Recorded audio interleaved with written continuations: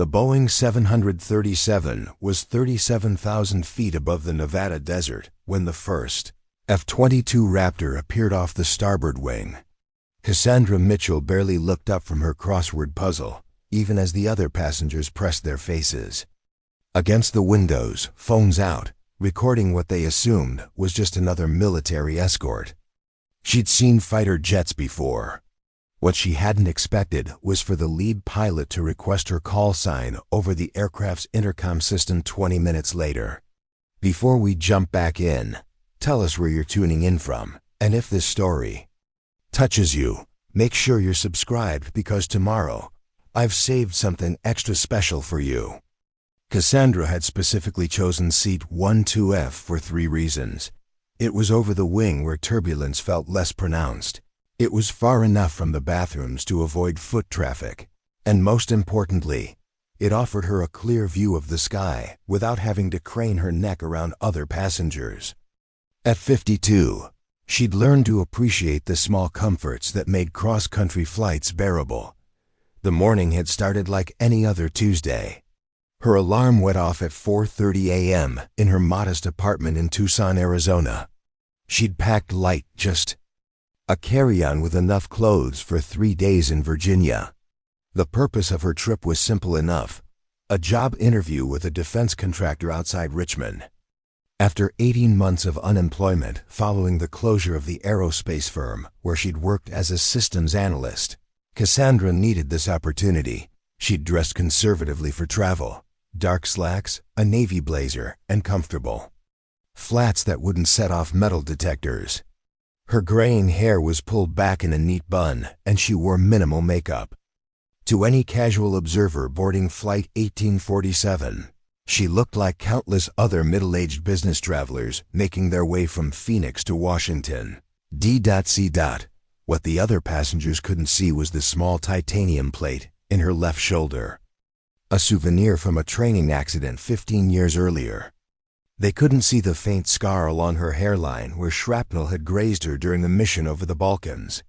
And they certainly couldn't see the muscle memory that made her automatically note the exits, assess potential threats, and catalog the faces of everyone within 3 rows of her seat. Cassandra had perfected the art of invisibility.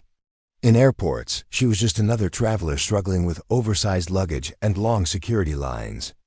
On planes, she was the quiet woman who never reclined her seat too far, never hogged the armrest, and never complained about crying babies or chattering teenagers. She'd learned that being forgettable was a survival skill, one that had served her well in her previous career and continued to benefit her in civilian life. The flight from Phoenix had been smooth so far. They'd pushed back from the gate 15 minutes late due to air traffic control delays, but the pilot had made up time during climb-out. Cassandra had settled into her routine: buckle the seatbelt low and tight, adjust the air vent to minimize drafts, and pull out her book of crossword puzzles. She found the mental exercise soothing, a way to keep her mind occupied without engaging with the world around her. Halfway through a particularly challenging puzzle about astronomical terms, she became aware of increased chatter from the passengers around her. A teenager in 11E was excitedly pointing out the window, and an elderly man across the aisle was trying to get his wife's attention. Cassandra glanced up, more curious about the disturbance than genuinely interested in whatever had caught their attention. That's when she saw the F-22. The aircraft was flying roughly 500 feet off their starboard wing, maintaining perfect formation with the commercial airliner. Its angular, stealth design was unmistakable gray and menacing against the brilliant blue sky. Even from this distance, Cassandra could make out the pilot's helmet through the canopy, and she found herself automatically assessing the aircraft's configuration and flight characteristics. The F-22 was flying clean.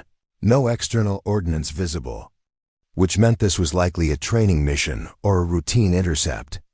The pilot's formation flying was textbook perfect, maintaining precise distance and altitude relative to the Boeing 737. Cassandra had to admit it was impressive flying, especially considering the significant difference in aircraft performance. capabilities. Other passengers were now standing in the aisles, trying to get better views and taking photos. The flight attendants were politely asking everyone to return to their seats, but their own excitement was evident.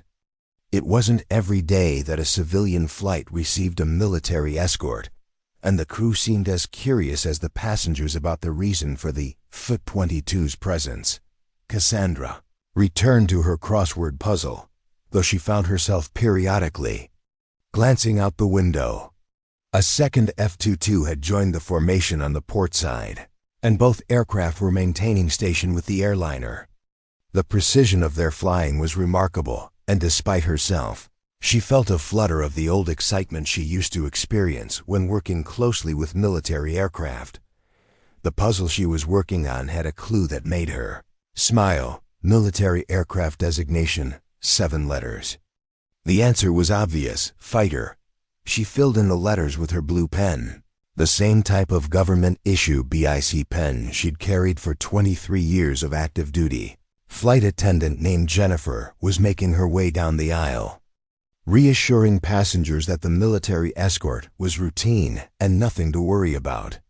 When she reached Cassandra's row, she paused and leaned down slightly. "Pretty exciting, isn't it?" Jennifer said, gesturing toward the window. "I've been flying for 12 years and never seen anything like this." Cassandra looked up from her puzzle and nodded politely. "They're good pilots," she said simply, then returned to her crossword. Jennifer seemed to expect more of a reaction, but when none came, she continued down the aisle to comfort a nervous passenger who was convinced the fighter jets meant trouble. Cassandra had learned long ago that sometimes the best response was the minimal response. Getting excited about military aircraft would only invite questions she preferred not to answer. The truth was, seeing the F-22s brought back memories she'd spent years trying to compartmentalize. She remembered the first time she'd seen a Raptor up close at Nellis Air Force Base, back when the program was still classified and she was one of only a handful of people cleared to work on its flight test data. The aircraft had represented the absolute cutting edge of aviation technology, and being involved in its development had been the highlight of her career. That was before everything changed. Before the incident that ended her flying status, before the medical retirement, before the transition to civilian life that had been more difficult than she'd ever anticipated. The F-22 program had continued without her, eventually becoming operational and taking its place as the world's most advanced air superiority fighter. Now, 15 years later, she was watching 2 of them escort her commercial flight, and she found the irony both bitter and amusing. She'd helped design some of the systems that made such precise formation flying possible, yet she was observing from the passenger cabin of a Boeing 737, traveling to a job interview that would pay a fraction of what she'd earned as a test pilot. The captain's voice came over the intercom, interrupting her thoughts. "Ladies and gentlemen, from the flight deck, you've probably noticed we have some military aircraft accompanying us today. This is a routine training exercise, and there's absolutely nothing to be concerned about. We expect them to depart our formation shortly and will continue on to Washington, D.C. as scheduled." Cassandra glanced out the window again. The F-22s showed no signs of departing. If anything, they seemed to be settling in for a longer escort. The lead aircraft had moved slightly closer, and she could now clearly see the pilot's helmet and oxygen mask. Something about the formation and the aircraft positioning suggested this wasn't entirely routine, though she couldn't put her finger on exactly what felt different. A businessman in seat 12D was on his phone, apparently trying to call someone to report the military escort. His conversation was loud enough that Cassandra couldn't help but overhear fragments. ... 2 fighter jets. Don't know why. Looks like something from Top Gun." She suppressed the urge to correct him. The F-22 was nothing like the F-14 Tomcats featured in that movie. It was a generation ahead in technology, capability, and sophistication. The Raptor could do things that earlier fighters could only dream of, and its pilots were trained to a standard that exceeded anything from previous eras of aviation. The crossword puzzle had another, aviation-related clue: high-altitude military. Reconnaissance, abbreviation. The answer was SR-71, but there were only 5 spaces. She tried different variations before realizing the answer was simply intel, for intelligence gathering. It reminded her of her own background in flight testing, where intelligence about aircraft performance was gathered on every single mission. 20 minutes had passed since. The F-22s had joined their formation, and they showed no signs of leaving. The initial excitement among the passengers had settled into a kind of resigned curiosity. People were still taking photos, but the novelty was wearing off. Cassandra had returned to her crossword puzzle. Though she found herself unable to focus completely on the clues, something was happening that went beyond a simple training exercise or routine intercept. The F-22s were maintaining perfect formation, but their presence felt more purposeful than coincidental. She'd spent enough time around military aviation to recognize when something was different, even if she couldn't identify exactly what. The flight attendant named Jennifer was making another pass through the cabin, checking on passengers and answering questions about the military escort. When she reached Cassandra's row again, she paused and glanced out the window. "They're still there," Jennifer observed. "Usually military aircraft don't stay with civilian flights this long." Cassandra looked up from her puzzle and met the flight attendant's eyes. For a moment, she considered sharing some of her knowledge about military procedures and aircraft capabilities. Instead, she simply nodded and said, "I'm sure they have their reasons." There was something in Cassandra's tone that made Jennifer look at her more carefully. The calm way she'd responded to the fighter escort, her lack of excitement or concern, and now her matter-of-fact acknowledgement that the military had reasons for their actions. It suggested a familiarity with such situations that most civilian passengers wouldn't possess. But before Jennifer could ask any follow-up questions, the captain's voice returned to the intercom system with an announcement that would change everything about this routine flight from Phoenix to Washington, D.C. "Ladies and gentlemen, this is Captain Reynolds from the flight deck." The captain's voice carried a different tone, now more formal, almost cautious. "We've received a rather unusual request from the military aircraft accompanying us. They're asking to speak with a passenger in seat 12F. If that's you, please press your call button and a flight attendant will assist you." The entire cabin went silent. Even the crying baby in row 8 seemed to pause mid-wail. Cassandra felt every pair of eyes in her section turn toward her, including Jennifer's wide-eyed stare from the aisle. Her finger hovered over the call button for exactly 3 seconds while her mind raced through possibilities. Preparing and narrating this story took us a lot of time, so if you are enjoying it, subscribe to our channel. It means a lot to us. Now back to the story. This wasn't protocol. Military aircraft didn't make social calls to commercial passengers. Someone had run her name through a database, probably triggered by the passenger manifest cross-referenced against military records. But why now? Why after 15 years of successfully flying under the radar? She pressed the button. Jennifer appeared beside her seat so quickly that she must have been waiting. "Ma'am, Captain Reynolds would like you to come forward to the flight deck, if you don't mind." "Of course," Cassandra said, closing her crossword book and standing.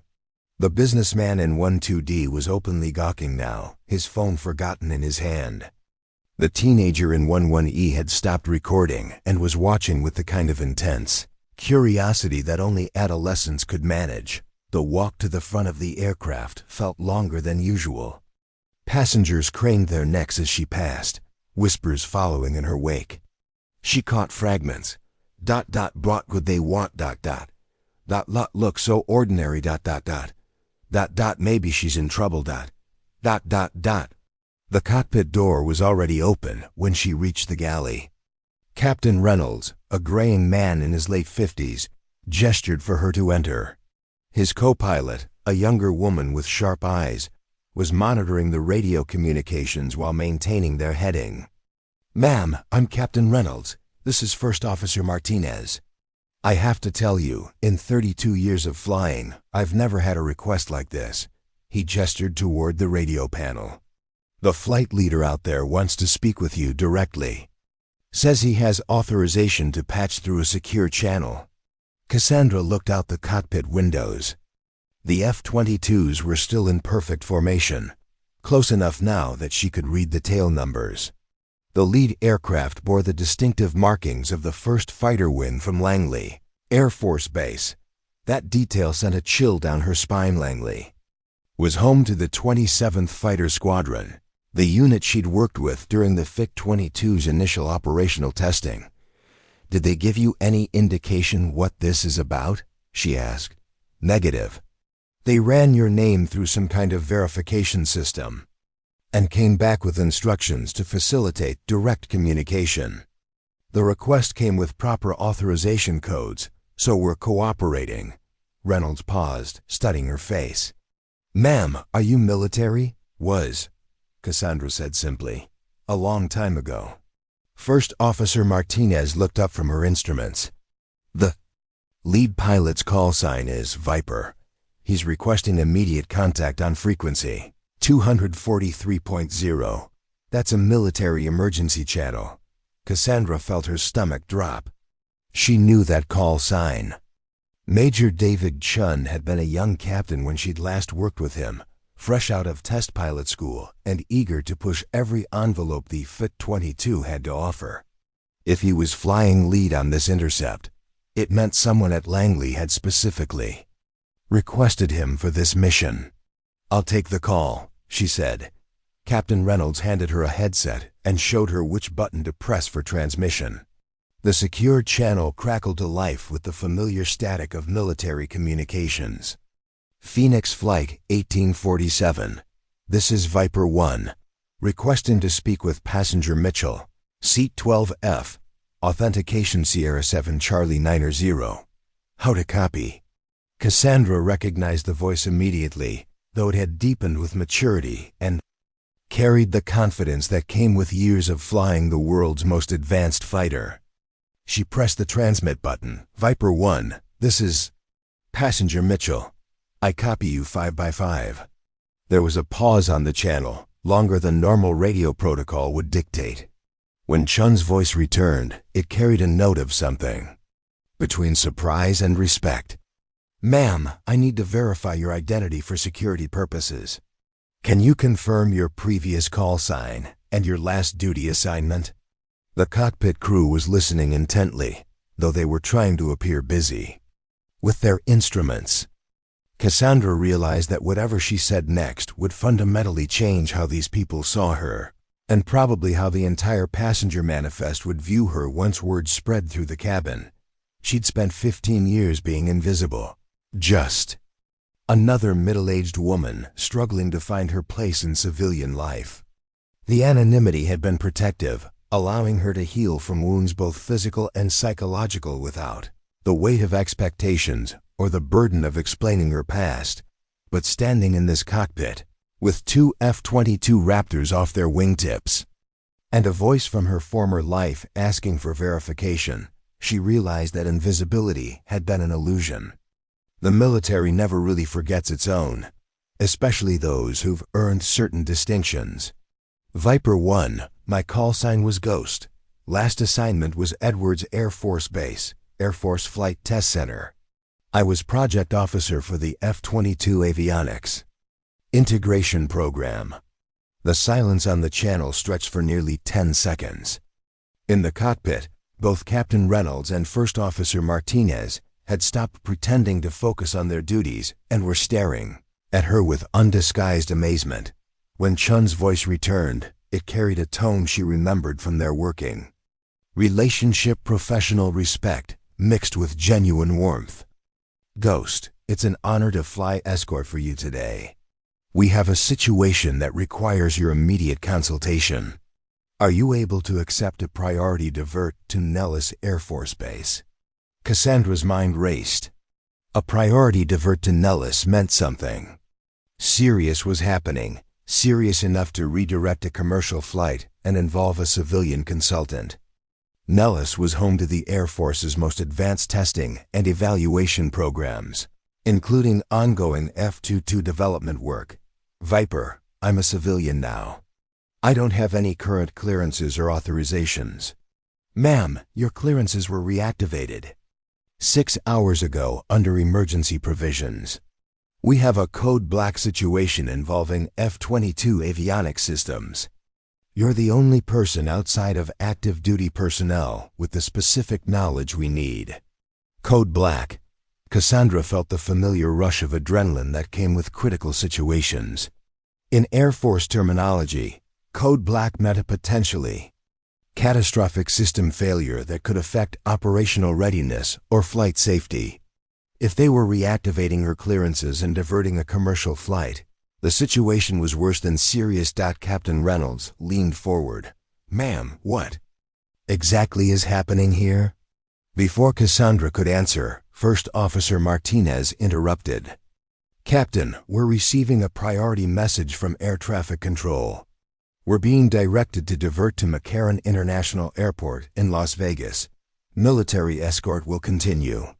Cassandra looked out at the F-22s, noting subtle changes in their formation. They'd moved slightly closer and adjusted their positioning to provide a more protective escort pattern. Whatever was happening at Nellis, it was significant enough to warrant extraordinary measures. Ghost, we need your answer. Chun's voice pressed through the headset. Time is critical. She thought about her job interview in Virginia, about the defense contractor position that represented her best hope for financial stability. She thought about the quiet life she'd built in Tucson, the anonymity that had allowed her to heal and move forward. All of that would have to wait. Viper 1, I accept the divert. What's my transportation to Nellis once we land at McCarran? We'll have a helicopter waiting, Ghost. And ma'am, it's good to have you back in the fight. Captain Reynolds was already coordinating with Air Traffic Control for the course change to Las Vegas. First Officer Martinez was running through checklists and calculating fuel requirements for the divert. The professional efficiency of the cockpit crew reminded Cassandra of the military precision she'd once lived and breathed. She handed the headset back to Captain Reynolds and prepared to return to her seat. The captain stopped her with a question that she'd been expecting. Ma'am, I have to ask. What exactly did you do in the Air Force? Cassandra paused at the cockpit door, considering how much to reveal. The truth was classified, even after all these years. But some details were public record, and the crew deserved to understand why their routine flight had been transformed into a military operation. I was a test pilot, Captain. I helped develop and integrate the systems that make those F-22s possible. It looks like they need that expertise again. As she walked back through the cabin, the passenger reactions were even more intense than before. Word had clearly spread that the military was specifically interested in the quiet woman in seat 12F. The businessman in 12D actually stood up as she passed, as if he thought he should salute or something equally awkward. Jennifer was waiting by her seat with barely contained curiosity. Is everything all right? The passengers are asking questions I can't answer. We're diverting to Las Vegas, Cassandra said, settling back into 12F, military business. Nothing dangerous, just important. She reopened her crossword book, though she knew concentration would be impossible now. Her mind was already shifting back into the analytical mode she'd used during her test pilot days, considering what kind of avionics problem would be serious enough to justify this level of response. The F-22 systems were incredibly complex, with multiple redundancies and fail-safes built into every critical component. For something to constitute a code black situation, it would have to be either a fundamental design flaw that had gone undetected, a software problem that affected multiple aircraft, or some kind of external threat that compromised the airplanes. Defensive systems. Any of those possibilities was deeply concerning. The F-22 was America's primary air superiority fighter. The aircraft relied upon to maintain air dominance against any potential adversary. If there was a systemic problem with the fleet, it could compromise national security on a scale that few people could fully comprehend. The teenager in 11E had worked up the courage to turn around and address her directly. "Excuse me, ma'am, are you really a test pilot?" "I was," Cassandra said, looking up from her puzzle. "A long time ago." "That's so cool. Did you fly fighter jets?" "Among other things." The boy's eyes widened with excitement, but before he could ask another question, his mother pulled him back around and whispered something about not bothering the nice lady. Cassandra almost smiled at that. If the woman only knew what the nice lady had accomplished during her military career, she might have been more encouraging of her son's curiosity. Outside the window, the Nevada landscape was beginning to appear below them. The F-22s had adjusted their formation slightly for the approach into Las Vegas airspace, and she could see the pilots coordinating their descent with the airliner. The precision of their flying remained flawless, a testament to the training and skill that went into creating F-22 pilots. Captain Reynolds' voice came over the intercom again. "Ladies and gentlemen, we've received clearance for our approach into McCarran International Airport in Las Vegas. We apologize for the change in destination, but this diversion was necessary due to circumstances beyond our control. We'll have information about continuing service to Washington, D.C. once we're on the ground." As the aircraft began its descent, Cassandra found herself mentally preparing for whatever awaited her at Nellis. It had been 15 years since she'd been involved in high-level military operations, but some skills never truly faded. The analytical thinking, the ability to synthesize complex technical information under pressure, the calm focus required for critical decision-making, those were as much a part of her as breathing. She just hoped they would be enough for whatever crisis had brought her back into the world she'd left behind. The helicopter that met Cassandra at McCarran International Airport was a UH-60 Black Hawk with minimal markings, the kind used for transporting personnel who preferred not to advertise their movements. Two airmen in dress blues were waiting beside the aircraft, their bearing suggesting this was far from a routine pickup. Staff Sergeant Rebecca Torres stepped forward as Cassandra approached, her salute crisp despite the desert wind whipping across the tarmac. "Ma'am, I'm Sergeant Torres. Colonel Patterson sends his compliments and requests your immediate transport to Nellis. We have a flight suit and equipment waiting on board if you need to change." Cassandra returned the salute automatically, muscle memory overriding 15 years of civilian life. "What's the current status of the situation, Sergeant?" "Ma'am, I'm not briefed on operational details. Colonel Patterson will provide a full briefing once we arrive at the test facility." The flight to Nellis took 12 minutes, covering terrain that Cassandra knew better than most people knew their own neighborhoods. The desert below was marked with the geometric patterns of test ranges, restricted airspace that had seen decades of experimental aircraft pushing the boundaries of what was possible. As they approached the base, she could see increased activity on the flight line. More aircraft than normal were positioned in the alert hangars, and ground crews were moving with the kind of urgent efficiency that suggested elevated operational tempo. Whatever the code black situation involved, it was affecting multiple squadrons. The helicopter set down at a restricted area near the Flight Test Center, the same complex where Cassandra had spent some of the most challenging and rewarding years of her career. The buildings looked exactly as she remembered them, though new security measures were evident additional barriers, more guard posts, and what appeared to be upgraded electronic surveillance systems. Colonel James Patterson was waiting beside a government sedan, and Cassandra felt a genuine smile cross her face for the first time in months. Jim had been a major when they'd worked together on the F-22 program, a brilliant engineer who understood both the technical complexities of modern aircraft and the practical realities of military operations. "Ghost, you look good," Patterson sighed, extending his hand. "Civilian life seems to agree with you." "Jim, good to see you made it, Colonel. Though I wish the circumstances were different." She gestured toward the increased activity around them. "How bad is it?"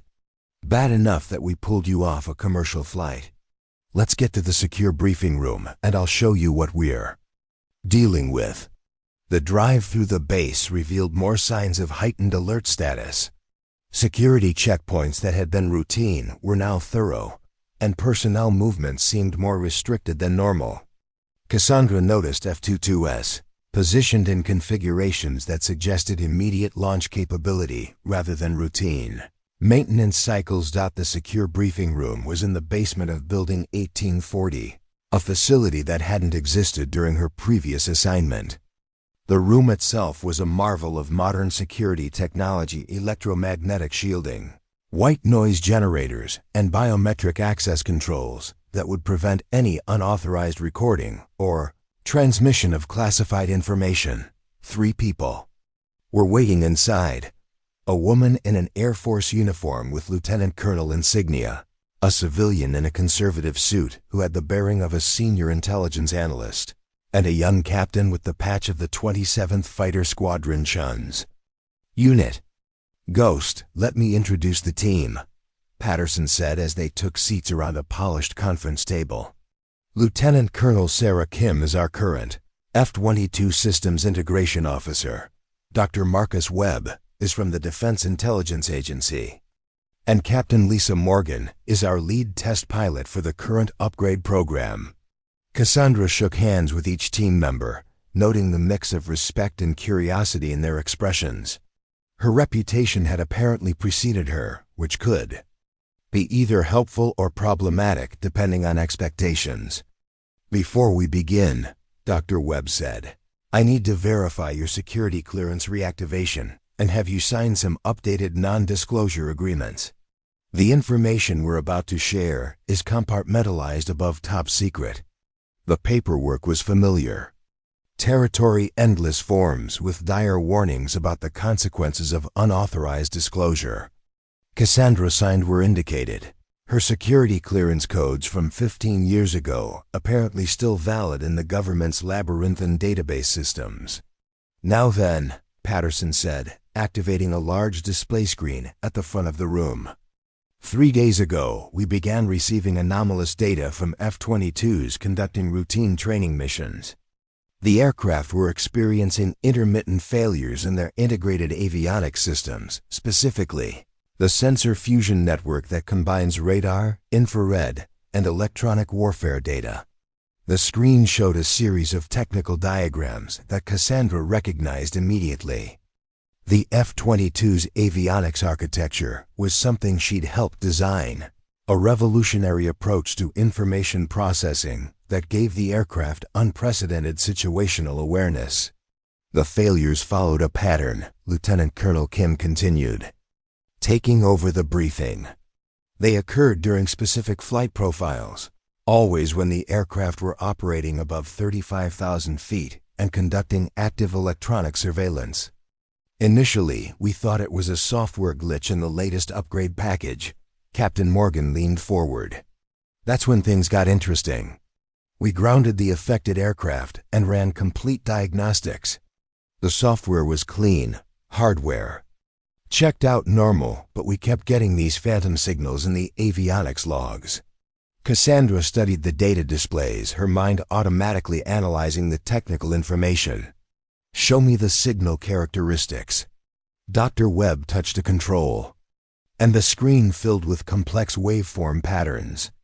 "This is where your expertise becomes critical, Ghost. These signals don't match any known electronic warfare or communication systems. They appear to be targeting the specific frequencies used by the F-22 sensor fusion network." The implications hit Cassandra like a physical blow. Someone was actively jamming or attempting to compromise the F-22's most critical systems. This wasn't a mechanical failure or software bug. It was electronic warfare directed specifically at America's most advanced fighter aircraft. How many aircraft have been affected? She asked. 17 so far, across 3 different squadrons, Patterson replied. All along the eastern seaboard, from Florida to Maine. The pattern suggests systematic probing of our defensive capabilities.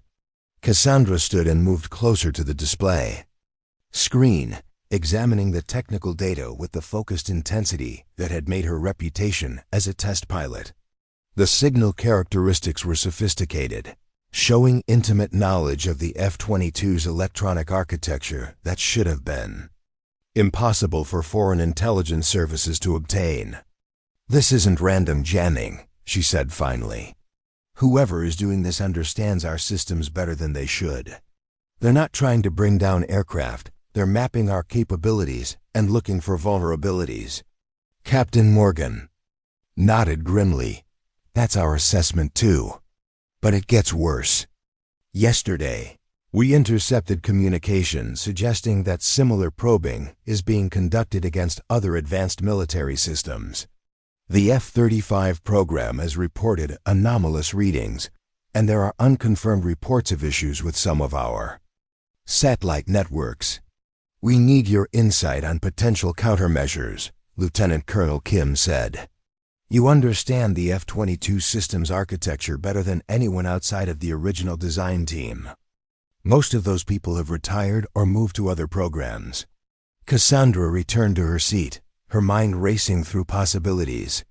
The F-22's avionics were protected by multiple layers of encryption and frequency hopping protocols that should have made them virtually impossible to target effectively. For someone to be achieving this level of interference, they would need either extraordinary technical capabilities or inside information about the aircraft's defensive systems. I need to see the complete technical specifications for the current avionics package, she said. And I want to review any modifications or upgrades that have been implemented since my departure. Dr. Webb exchanged glances with Colonel Patterson. That's classified under multiple special access programs. We can provide limited information, but complete specifications would require additional authorization. Then get the authorization. Cassandra said sharply, if you want my help solving this problem, I need to understand exactly what we're defending against. Half measures and compartmentalized information won't cut it when we're dealing with this level of sophistication. Patterson nodded. I'll make the calls. In the meantime, we have a test flight scheduled for tomorrow morning. We're going to deliberately trigger the interference and see if we can gather more detailed intelligence about the source. Who's flying the test? Cassandra asked. I am, Captain Morgan replied. We've installed additional monitoring equipment to capture data during the interference events. Cassandra felt the familiar stirring of professional concern that came with dangerous test flights. What's your backup plan if the interference is more severe than expected? If they can disrupt sensor fusion, they might be able to affect other critical systems. We'll have chase aircraft monitoring, and the test will be conducted over restricted airspace with emergency recovery procedures in place, Patterson assured her. That's not enough, Cassandra said firmly. If this is electronic warfare, then it's potentially an act of aggression against the United States. Sending up a single aircraft to poke at an unknown capability is asking for trouble. You need a more comprehensive approach. The room fell silent as the team absorbed her assessment. Dr. Webb was the first to speak. What do you recommend? Cassandra moved to the whiteboard at the side of the room and began sketching a diagram.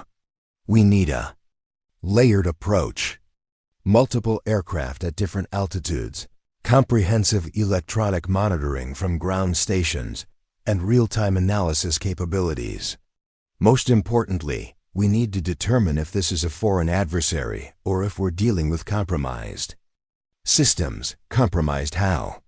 Lieutenant Colonel Kim asked.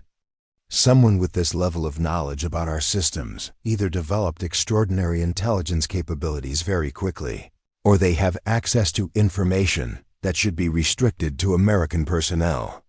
Given the sophistication of what We're seeing, I'm betting on the latter. The implications of what she was suggesting hung heavy in the air. If the F-22 program had been compromised from within, it represented a security breach of unprecedented proportions. The aircraft was America's primary tool for maintaining air superiority, and any vulnerability could shift the global balance of power. Patterson stood and began pacing, a habit Cassandra remembered from their previous work together. If you're right about internal compromise, then we're looking at a much larger problem than electronic warfare. We're talking about espionage at the highest levels of the defense establishment, which explains why my clearances were reactivated so quickly. Cassandra realized. Someone very senior wanted an outside perspective, someone who wasn't part of current programs and couldn't be compromised by ongoing operations. Captain Morgan looked up from the technical displays she'd been studying. Ghost, there's something else you should know. The aircraft experiencing these problems aren't random selections. They're all from squadrons that have been involved in recent exercises with allied nations or stationed at bases with significant international cooperation programs. That detail added another layer to the puzzle. International cooperation programs meant foreign military personnel with varying levels of access to American systems and procedures. The potential for intelligence compromise multiplied exponentially when multiple nations were involved. I need a complete list of all foreign nationals who have had access to F-22 operations in the past 18 months, Cassandra said, and I want to review the protocols for information sharing in joint exercises. Dr. Webb was taking notes on a secure tablet. That's going to be a substantial list. The F-22 has been involved in NATO exercises, Pacific Partnership programs, and bilateral training with several allied nations. Then we'd better get started, Cassandra replied. Because if someone is systematically mapping the capabilities of our most advanced fighter aircraft, we need to understand their methods before they move from intelligence gathering to active interference with operations. As the briefing concluded, Cassandra found herself fully engaged in the kind of high-stakes problem-solving that had defined her military career. The quiet life in Tucson seemed like a distant memory, replaced by the familiar urgency of protecting national security through technical expertise and analytical thinking. Tomorrow's test flight would provide more data, but she already suspected that the Code Black situation was just the beginning of a much larger challenge: the secure computer terminal in Building 1840's basement was a far cry from the systems Cassandra had used during her active duty years.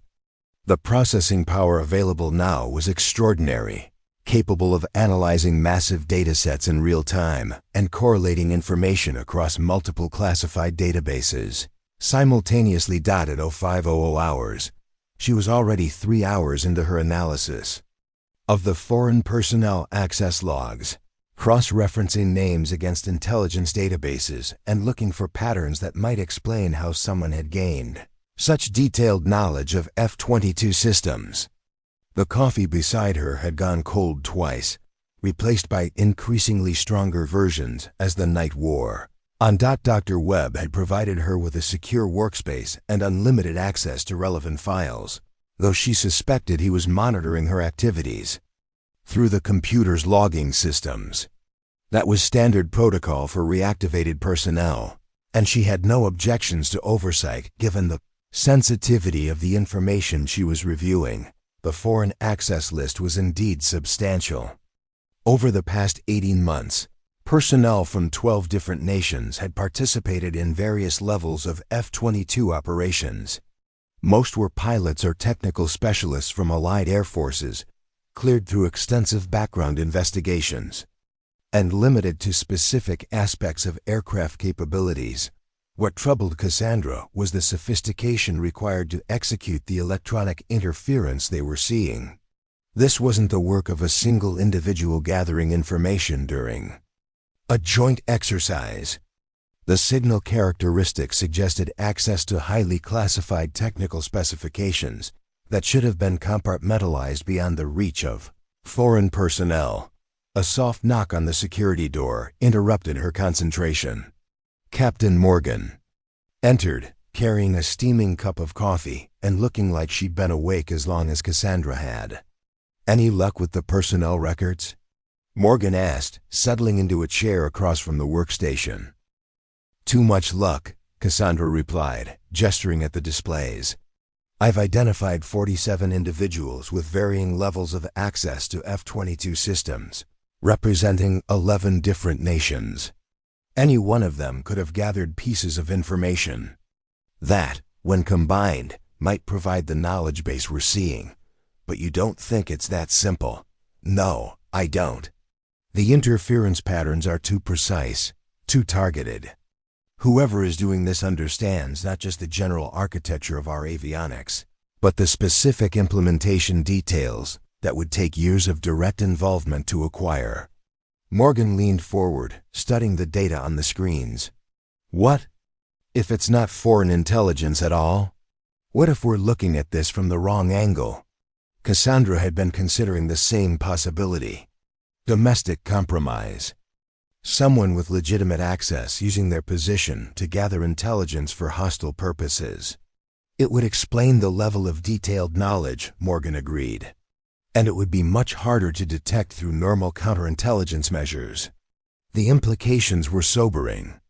If someone within the American defense establishment was systematically compromising F-22 capabilities, they would have access to information far beyond what any foreign intelligence service could reasonably obtain. They would also be positioned to continue gathering intelligence and potentially sabotage countermeasures. "I need to expand the search parameters," Cassandra said, turning back to the computer terminal. "Instead of looking at foreign personnel, I want to examine American citizens with access to F-22 programs who have had unusual financial activity, foreign contacts, or behavioral changes flagged by security reviews." "That's going to be a much larger data set," Morgan warned.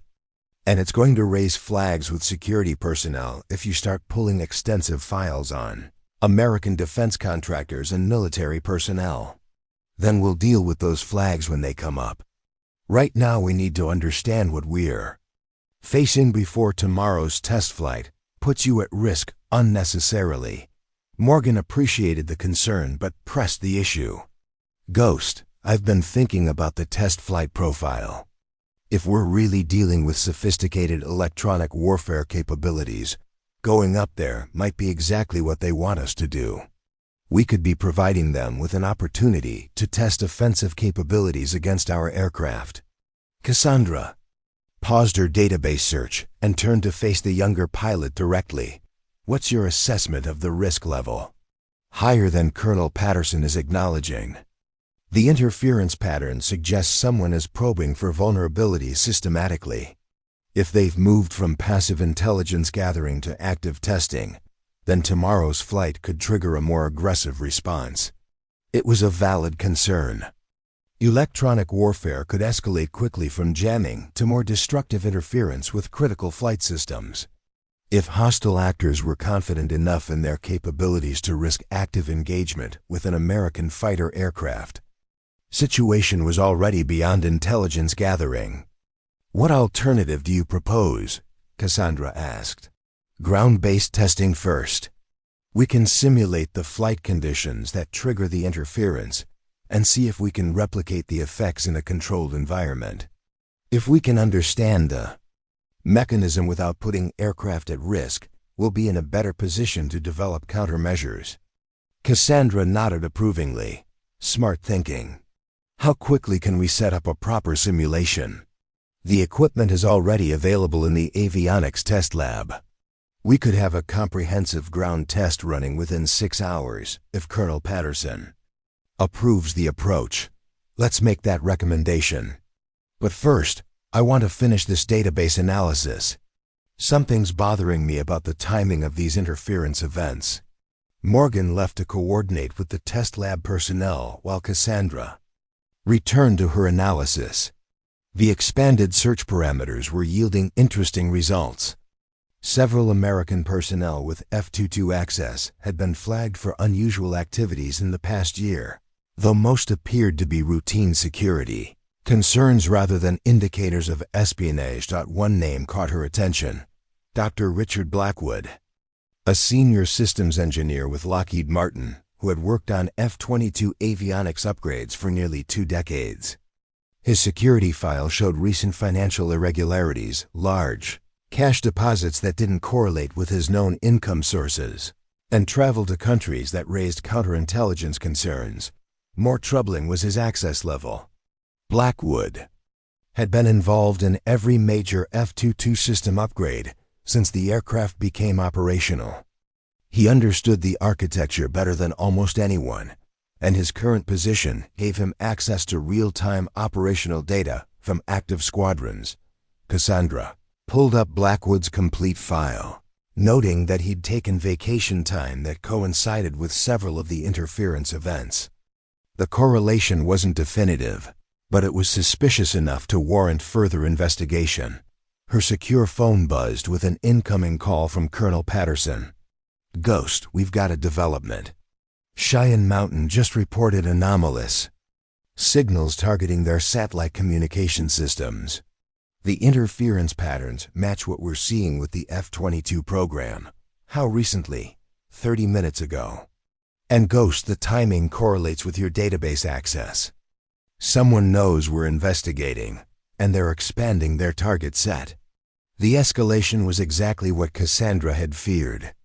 If hostile actors were monitoring American military networks closely enough to detect investigative activities, they possessed capabilities that went far beyond simple electronic warfare. They were operating inside American defense systems with near real-time awareness of countermeasures. "Jim, we need to assume our communications are compromised. Switch to alternative protocols and consider this investigation a possible target of active surveillance." "Understood. I'm implementing OPSEC Level Alpha immediately. Can you be ready for a face-to-face briefing in 1 hour?" "Affirmative," and Jim canceled tomorrow's test flight. "We're dealing with something much more sophisticated than we initially assessed." After ending the call, Cassandra quickly compiled her database findings into a secure report, flagging Dr. Blackwood's activities for immediate counterintelligence review. The timing of the satellite interference suggested that their investigation had triggered a response, which meant they were getting close to something significant. The elevator ride to the upper levels of Building 1840 gave her time to consider the broader implications of what they were discovering. If American defense networks were compromised to this extent, the national security ramifications extended far beyond the F-22 program.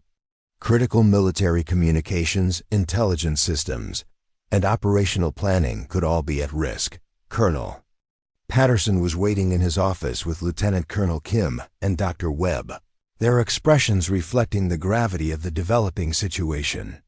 A secure communication terminal was active on Patterson's desk, indicating they were in contact with higher command levels.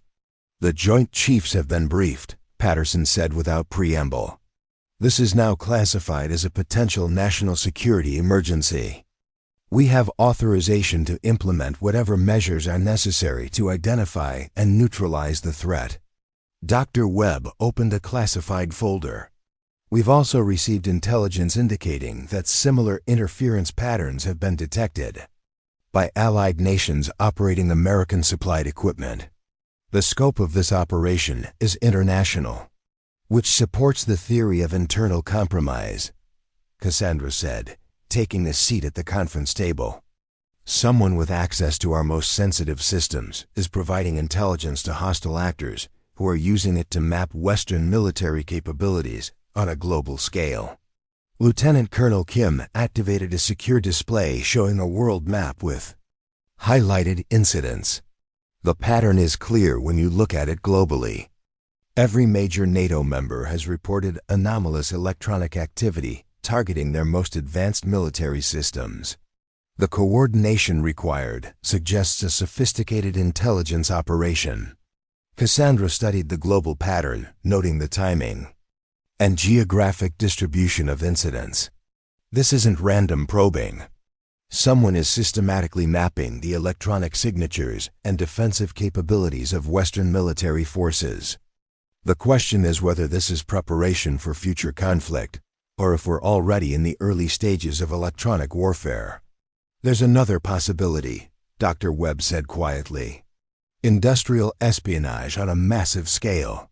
If someone can map our military capabilities this thoroughly, they can also steal the technological advantages that have kept America ahead of potential adversaries. The economic implications were staggering. Decades of research and development, billions of dollars in advanced technology, and America's strategic military advantages could all be compromised if the intelligence gathering was comprehensive enough. Patterson's secure phone rang, and he answered with the formal tone reserved for communications with senior leadership. The conversation was brief, consisting mostly of acknowledgments and confirmations. When he hung up, his expression was grim. We've been ordered to implement immediate operational security measures across all affected programs. Additionally, the FBI is initiating a coordinated counterintelligence investigation targeting anyone with access to compromised systems. Including Dr. Blackwood? Cassandra asked. Especially Dr. Blackwood. Your analysis flagged him as the highest probability suspect based on access, opportunity, and behavioral indicators.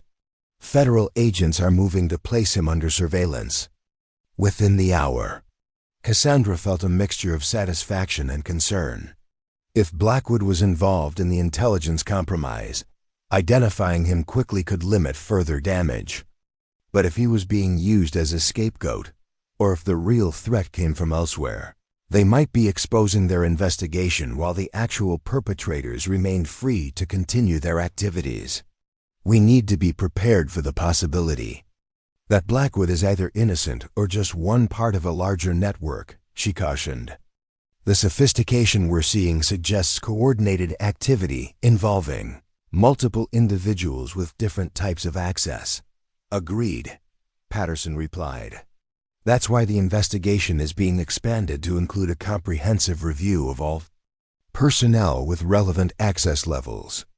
In the meantime, we're implementing new security protocols and temporarily restricting access to the most sensitive technical specifications. As the briefing concluded, Cassandra realized that her quiet return to civilian life had been permanently interrupted.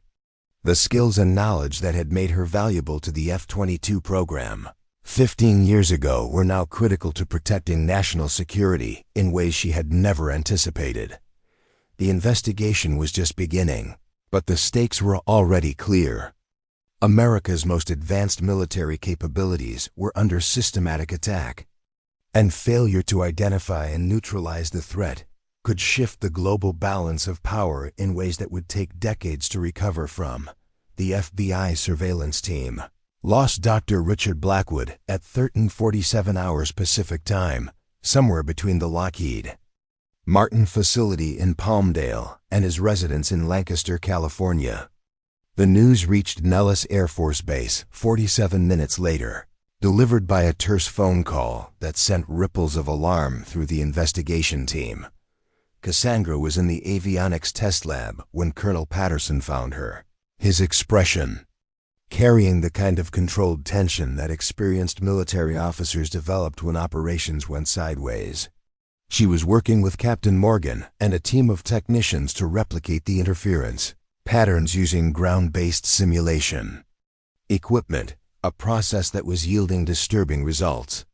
"We've got a problem," Patterson said without preamble. Blackwood knew he was being watched. He gave the FBI the slip using techniques that suggest professional training in surveillance detection. Counter-surveillance training isn't part of the standard defense contractor skill set, Cassandra observed, pausing her analysis of the simulation data. That supports the theory that he's working with hostile intelligence services. Captain Morgan looked up from the test equipment she was monitoring. How sophisticated was his evasion? Sophisticated enough that the FBI thinks he had help. Multiple vehicle switches, timing that suggests advanced planning. and route selection that indicates detailed knowledge of surveillance blind spots in the Los Angeles area. The implications were clear. Blackwood's disappearance wasn't a panicked flight by someone who'd been caught. It was a planned extraction executed by professionals who understood American law enforcement and intelligence capabilities. That level of operational security suggested a well-established espionage network rather than a lone actor selling information. "What's the status of the simulation tests?" Patterson asked, moving to examine the displays showing the ground-based replication of the interference patterns. "Troubling," Cassandra replied. "We've been able to reproduce the electronic signatures exactly, which confirms that someone has incredibly detailed knowledge of our avionics architecture. But more concerning is what we discovered about the delivery method." She activated a display showing frequency analysis data. "The interference isn't coming from traditional jamming equipment. The signals are being generated by modified commercial satellite communication systems, specifically targeting the frequency bands used by military avionics." "Satellite-based electronic warfare," Patterson said, understanding the implications immediately. "That explains the geographic range and the precision of the targeting." Captain Morgan pointed to additional data on her screens. "It gets worse. The satellite modifications required to generate these signals would cost millions of dollars and require technical expertise that very few organizations possess. We're not dealing with a typical intelligence operation. This is state-sponsored electronic warfare using commercial space assets." The revelation transformed their understanding of the threat. State-sponsored operations implied resources, planning, and objectives that went far beyond simple intelligence gathering. If a foreign government was systematically compromising American military capabilities using space-based assets, it represented a new form of warfare that existing defensive measures weren't designed to counter. Patterson's secure phone rang, and he answered with the crisp efficiency of someone expecting bad news. The conversation was brief but intense, consisting mostly of confirmations and acknowledgments. When he hung up, his expression was even grimmer. "The National Security Agency has detected similar satellite-based interference targeting British, French, and Australian military systems. This is a coordinated attack on the entire Western Alliance structure." Dr. Webb entered the laboratory at that moment, carrying a folder marked with the highest classification levels.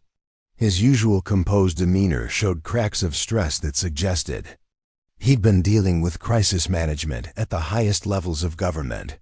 "We've received intelligence from multiple sources," Webb announced. Dr. Blackwood wasn't the only compromised individual. The counterintelligence investigation has identified at least 6 other defense contractors and military personnel with suspicious activities correlating to the electronic warfare timeline. "A full network," Cassandra said. "How long has this been operating?"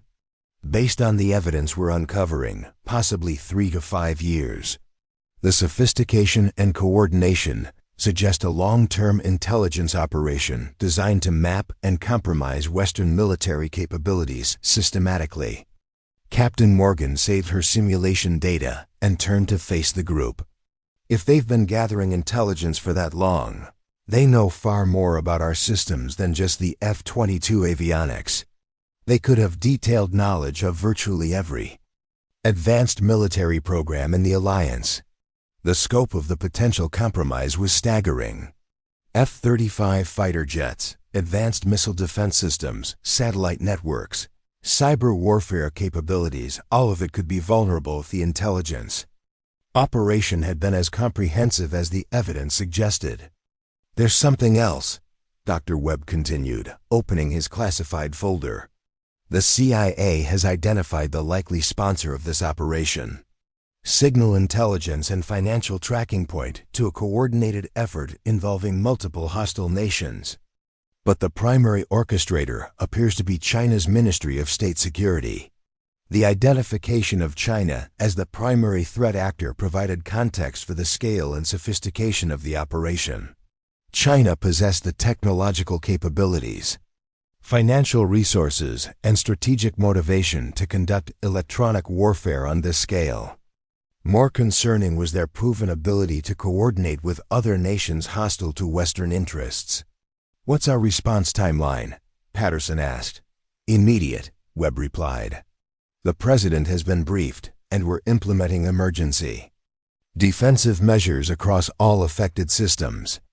Additionally, we're developing offensive countermeasures to neutralize the satellite-based interference capabilities." Cassandra felt the familiar surge of adrenaline that came with critical operations. "What's my role in the countermeasures?" "You're being assigned to lead the technical analysis team developing electronic warfare defenses, specifically for the F-22 program," Patterson explained. "Your knowledge of the original avionics architecture is critical for creating countermeasures that won't interfere with normal aircraft operations. I'll need access to the complete technical specifications for all current F-22 systems," she sighed, "and I want to review any planned upgrades or modifications that might be affected by the countermeasures." "Already arranged," Dr. Webb confirmed. "You'll have unlimited access to all relevant technical data, plus a team of the best electronic warfare specialists available." Captain Morgan stepped forward. "What about operational testing? We're going to need to verify that any countermeasures work effectively without compromising flight safety." "That's where the test pilot experience becomes critical," Patterson sighed. "We need someone who understands both the technical aspects of avionics and the practical requirements of fighter operations. Ghost, you're going to have to get back in the cockpit." The statement hung in the air for a moment while Cassandra processed the implications. She hadn't flown a high-performance military aircraft in 15 years, and the F-22 had undergone significant upgrades since her last flight. The physical and mental demands of test flying were enormous, even for experienced pilots in peak condition. "I'll need recurrent training and medical clearance," she said finally. "My flight status was revoked after the accident. Medical clearance is already being expedited," Webb informed her. "The flight surgeon will conduct a complete evaluation this afternoon. As for recurrent training, we have a compressed program designed for experienced pilots returning to F-22 operations." Cassandra felt a mixture of excitement and apprehension. The prospect of flying again, especially in the aircraft she'd helped develop, was appealing despite the dangerous circumstances.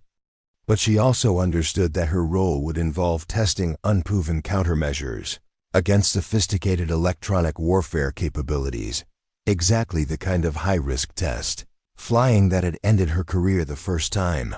"How much time do we have to develop and test the countermeasures?" she asked. "Less than we'd like," Patterson admitted. "Intelligence suggests that the electronic warfare capabilities we're seeing are preparation for a larger operation. If we can't neutralize the threat quickly, we may face a situation where our most advanced military systems are effectively useless." The urgency was clear. Electronic warfare could disable American military capabilities without firing a shot, potentially shifting the global balance of power without traditional acts of war. If China and its allies could neutralize Western air superiority, missile defenses, and communication systems simultaneously, they could achieve strategic objectives without the massive costs and risks of conventional conflict. "I'll start on the technical analysis immediately," Cassandra said. "But I want to make one thing clear. Developing effective countermeasures against this level of sophistication is going to require taking significant risks. We'll be testing unproven systems against hostile capabilities that we don't fully understand." "Understood," Webb replied. "But the alternative is accepting that our most advanced military systems can be neutralized at will by hostile actors. That's not an acceptable strategic position." As the briefing concluded, Cassandra found herself mentally preparing for a return to the high-stakes world of experimental test flying. The quiet life in Tucson had been comfortable, but it hadn't provided the intellectual challenge and sense of purpose that came with critical national security work. The next phase of the investigation would require her to combine 15 years of civilian technical experience with her original expertise in F-22 systems, then put that knowledge to the test in actual flight operations. The stakes couldn't be higher: the effectiveness of American air power and the security of the entire Western alliance hung in the balance. What she didn't yet know was that Dr. Blackwood's disappearance was just the beginning of a much more complex operation designed to draw her specifically back into active testing. Someone wanted Ghost back in the cockpit, and the electronic warfare attacks were partially intended to ensure that she would be the one developing and testing the countermeasures. The game was more sophisticated than anyone at Nellis Air Force Base realized, and Cassandra was about to become both the hunter and the hunted in an electronic warfare operation that would determine the future of military aviation. The medical clearance took 6 hours and involved tests that Cassandra hadn't endured since her original flight physical 2 decades earlier. Dr. Amanda Foster, the flight surgeon assigned to her case, was thorough to the point of obsession, understanding that clearing a pilot for high-risk test flying after 15 years of civilian life carried enormous responsibility. "Your cardiovascular fitness is actually better than most active-duty pilots," Dr. Foster observed, reviewing the stress test results. "Whatever you've been doing in civilian life has kept you in exceptional physical condition." "Rock climbing and hiking," Cassandra replied, pulling on her flight suit for the first time in 15 years. The familiar weight of the survival gear and the precise fit of the equipment brought back muscle memories she'd thought were permanently buried. "The psychological evaluation is more complex," Dr. Foster continued. "You've been through significant trauma, both from your accident and from the transition to civilian life. Are you confident that you can handle high-stress flight operations without triggering adverse reactions?" It was a fair question. The accident that had ended her flying career had been more than a simple mechanical failure. It had been a complete avionics malfunction during a high-altitude test that had nearly killed her and had definitely killed her confidence in complex aircraft systems. "Doctor, I helped design the systems I'm going to be testing. If anyone can handle the stress of proving that our countermeasures work, it's me." The confidence in her voice surprised even herself. Somewhere during the past 3 days, the analytical challenge of understanding the electronic warfare threat had reawakened the part of her personality that thrived on solving impossible technical problems under extreme pressure. Dr. Foster signed the medical clearance with obvious reluctance. "You're cleared for flight status, but I want daily medical monitoring during the test program.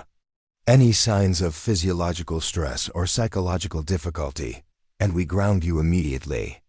2 hours later, Cassandra was walking across the tarmac toward the most advanced F-22 Raptor ever built. The aircraft bore the tail number 914003 and carried modifications that represented 15 years of continuous improvement since her last flight. Every system had been upgraded, every capability enhanced, and most importantly for their current mission, every electronic warfare defense had been redesigned. Captain Morgan was conducting the pre-flight inspection with the methodical precision that characterized all professional test pilots. "The countermeasures package is completely integrated," she explained as they walked around the aircraft. "We've installed new frequency hopping protocols, enhanced signal encryption, and adaptive jamming systems that should neutralize the satellite-based interference." "Should" being the operative term, Cassandra noted, examining the external modifications that housed the new electronic warfare equipment. "We won't know if it works until someone tries to jam us at 35,000 feet. That someone being you," Colonel Patterson said, joining them on the flight line. "Ghost, I want to be absolutely clear about the risk level here. We're going to deliberately trigger the electronic warfare attack by flying the exact profile That has caused problems for other aircraft. If the countermeasures fail, you could experience complete avionics failure at high altitude. Cassandra had already considered that possibility extensively. Complete avionics failure in an F-22 meant losing all digital flight controls, navigation systems, and communication equipment simultaneously. The aircraft would become essentially unflyable, requiring immediate ejection and the loss of a $200 million fighter. "What's the backup plan if the countermeasures are insufficient?" she asked.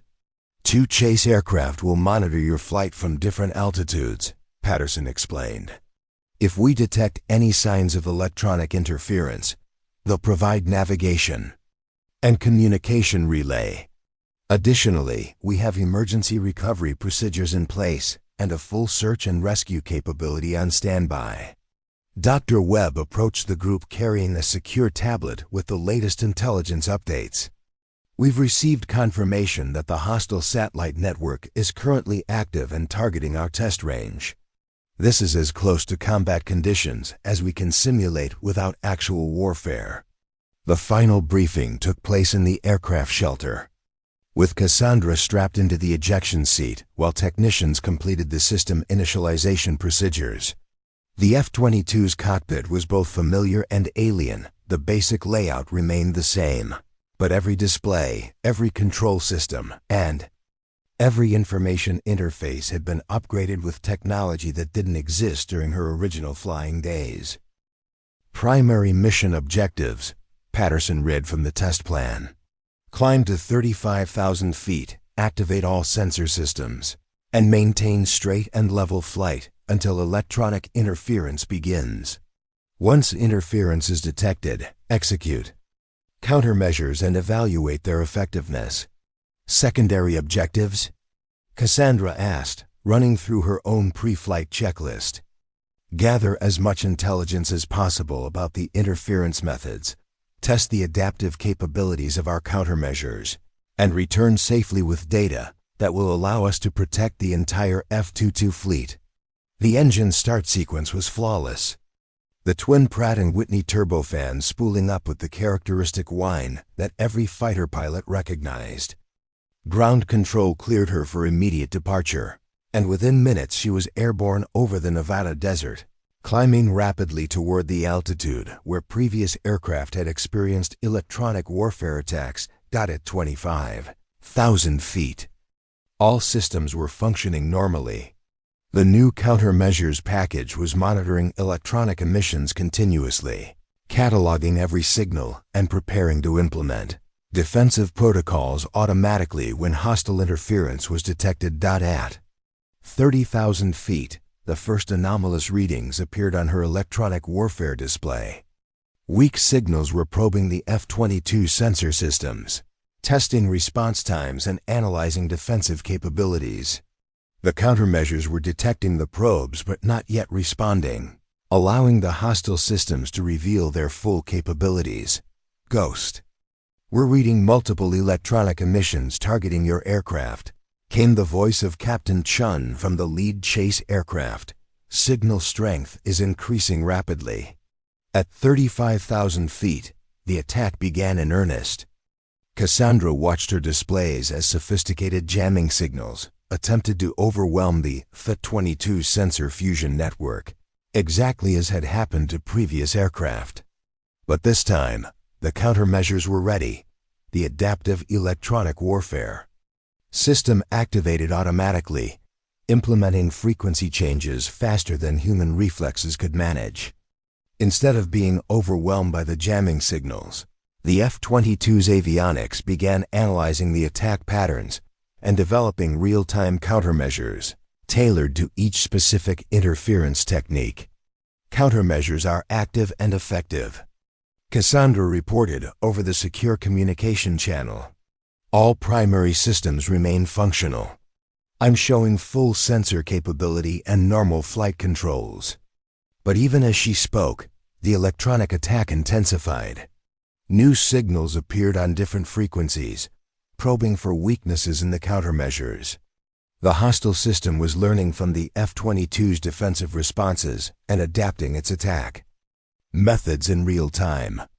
Ghost were detecting signal patterns that don't match any previous attacks. Dr. Webb's voice came through the secure channel from the ground monitoring station. Whatever you're facing up there is more sophisticated than anything we've seen before.